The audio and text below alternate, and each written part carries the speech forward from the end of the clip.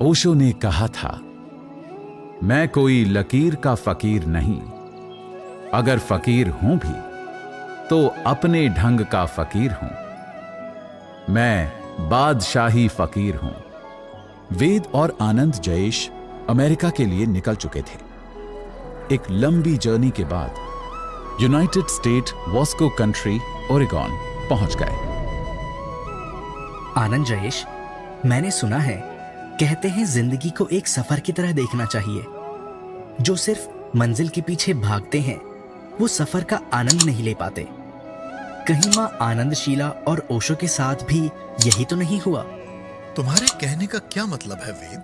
देखिए, ओशो विचारों की लड़ाई लड़ रहे थे, तब तक तो ठीक ही था। फिर वो एक सफर पर निकल गए। सफर खुद को बहुत बड़ा बनाने का, सफर सबसे हटकर एक अलग दुनिया बसाने का। और अपने इसी ख्याल के साथ वो पुणे के उस आश्रम से अमेरिका के ओरेगॉन पहुंच गए। पर अमेरिका ने उनकी विचारों की जर्नी में भी एक तरह से ब्रेक लगा दिया। मैं सही कह रहा हूं ना?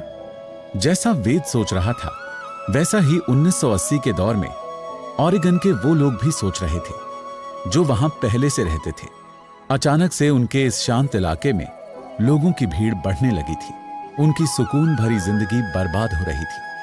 कहां एक छोटा सा टाउन था और कहां रजनीशपुरम जैसा बड़ा शहर बसाया जा रहा था, जहां खुद का airport, dam, agriculture land, mall, police station और वो हर जरूरी लग्जरी सुविधा अवेलेबल थी जो बड़े बड़े शहरों में होती है।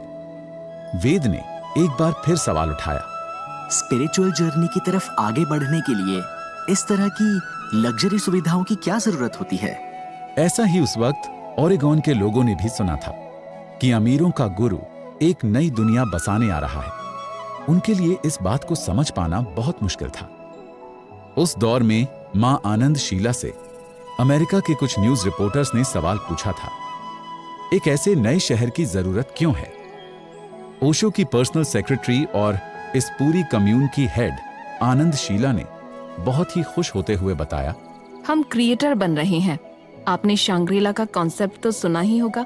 बस शांग्रीला जैसी एक दुनिया इसी धरती पर बसने जा रही है। हम यूटोपिया के कॉन्सेप्ट को सच करना चाहते हैं। मां आनंदशीला का ख्याल अब सच्चाई में बदल रहा था। 1980 से लेकर 1983 तक लगभग 3 सालों में ओरेगॉन की ये बंजर जमीन एक बहुत बड़े शहर में बदल चुकी थी। एक बड़ा सा मेडिटेशन हॉल बनाया गया था जहां ओशो और ओशो का पूरा कम्यून पागलों की तरह नाचते झूमते हुए मेडिटेशन किया करते थे। भगवान रजनीश के लिए एक अलग घर, मां आनंदशीला के लिए एक अलग घर बसाया गया था जो बेहद खूबसूरत था। 64,281 एकड़ की जमीन पर रजनीशपुरम शहर बस चुका था। इस जमीन को आनंदशीला के हस्बैंड जॉन शेल्फर ने $5.75 मिलियन में उस दौरान खरीदा था। 2023 में वेद अपने सामने रजनीशपुरम के लग्जरी शहर को खंडहर में बदलता देख रहा था। छतें ढह रही थी, बड़ी बड़ी इमारतों की कांच की खिड़कियां टूट चुकी थी। वेद ने फिर पूछा, जब शहर बस चुका था फिर क्या हुआ? क्यों अमेरिका को रजनीशपुरम अचानक खटकने लगा? एक पुराना डर और कुछ शिकायतें रजनीशपुरम के फ्यूचर को बर्बाद करने में लगी हुई थी। वेद को कुछ समझ नहीं आया और शायद आपको भी न समझ आया हो। दरअसल कहानी कुछ ऐसी थी। रजनीशपुरम बसने के कुछ समय पहले 18 नवंबर 1978 में गयाना के जॉन्सटाउन में एक ऐसे ही स्पिरिचुअल लीडर और प्रीस्ट जिम जोनास ने अपना एक कम्यून बसाया था जिसे पीपल्स टेंपल का नाम दिया गया था। यहां पर मास मर्डर और सुसाइड का एक केस सामने आया था जहां 900 लोगों को एक साथ पॉइजन देकर मारा गया था। अमेरिकन गवर्नमेंट कई साल बाद भी इस हादसे को भूली नहीं थी। रजनीशपुरम बसने के बाद अमेरिका को ऐसा लगा कि शायद जॉन्सटाउन जैसा हादसा दोबारा हो सकता है, क्योंकि उसी वक्त रशिया की फीमेल ने ओशो को लेकर एक कंप्लेंट दर्ज की थी। उनका कहना था कि उनकी बेटी ओशो के कम्यून में जाकर गायब हो गई है। इंडिया से भी कुछ ऐसी ही खबरें आ रही थी। रजनीशपुरम बस चुका था, लेकिन आनंदशीला और ओशो की कम्यून को शायद तसल्ली नहीं हुई थी। अब वो ओरेगन से लगे हुए शहर एंटीलोप में प्रॉपर्टी खरीदना चाहते थे। एंटीलोप जहां पहले 60 से ज्यादा लोग नहीं रहते थे, वहां ओशो के अलग अलग फॉलोअर्स आकर जमीन खरीद रहे थे और वहां बसने लगे थे। इससे एंटीलोप की छोटी सी कम्युनिटी, जिसे हम 1000 फ्रेंड्स ऑफ ओरेगन के नाम से भी जानते हैं, वो रजनीशपुरम के खिलाफ हो गई। उन्होंने ओशो के सन्यासियों को बिजनेस परमिट और मॉल ऑर्डर ऑपरेशन के साथ साथ टाउन बसाने की परमिशन देने के खिलाफ मुद्दा उठाया। 1000 फ्रेंड्स ऑफ ओरेगन ने कोर्ट में भी अपील की। वो चाहते थे कि रजनीशपुरम को यहां से हटाया जाए, एंटीलोप में जमीन बढ़ाने से इन्हें रोका जाए। इस तरह से विरोध सामने आने के बाद आनंद शीला का मडी रेंच प्रोजेक्ट खराब हो रहा था। इससे शीला बहुत ज्यादा नाराज हो चुकी थी। उसने न सिर्फ शहर की जमीन को खरीद लिया था, बल्कि बड़े बड़े होटल्स भी बना लिए थे। और एंटीलोप और ओरेगन की जनता ओशो के खिलाफ हो चुकी थी। वहीं आनंद शीला और ओशो के कम्यून का कहना था कि हमने कोई इलीगल काम नहीं किया है, हमने वो जमीन खरीदी है जो बेचने के लिए पहले से तैयार थी। माहौल में नफरत बढ़ती जा रही थी।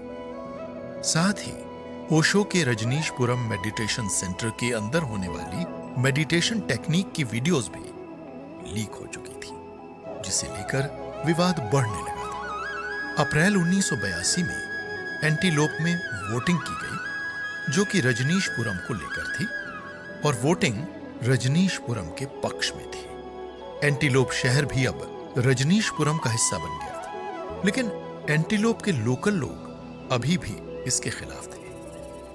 अमेरिकी सरकार ने भले ही इन लोगों की मदद नहीं की थी, पर वो अपनी मदद खुद कर रहे थे। ओशो के पोर्टलैंड होटल में बहुत बड़ा धमाका हुआ और यहां से रजनीशपुरम के लोगों ने भी सिक्योरिटी के इंतजाम किए और हथियार उठाना शुरू किया। वेद ओशो की कहानी सुन रहा था।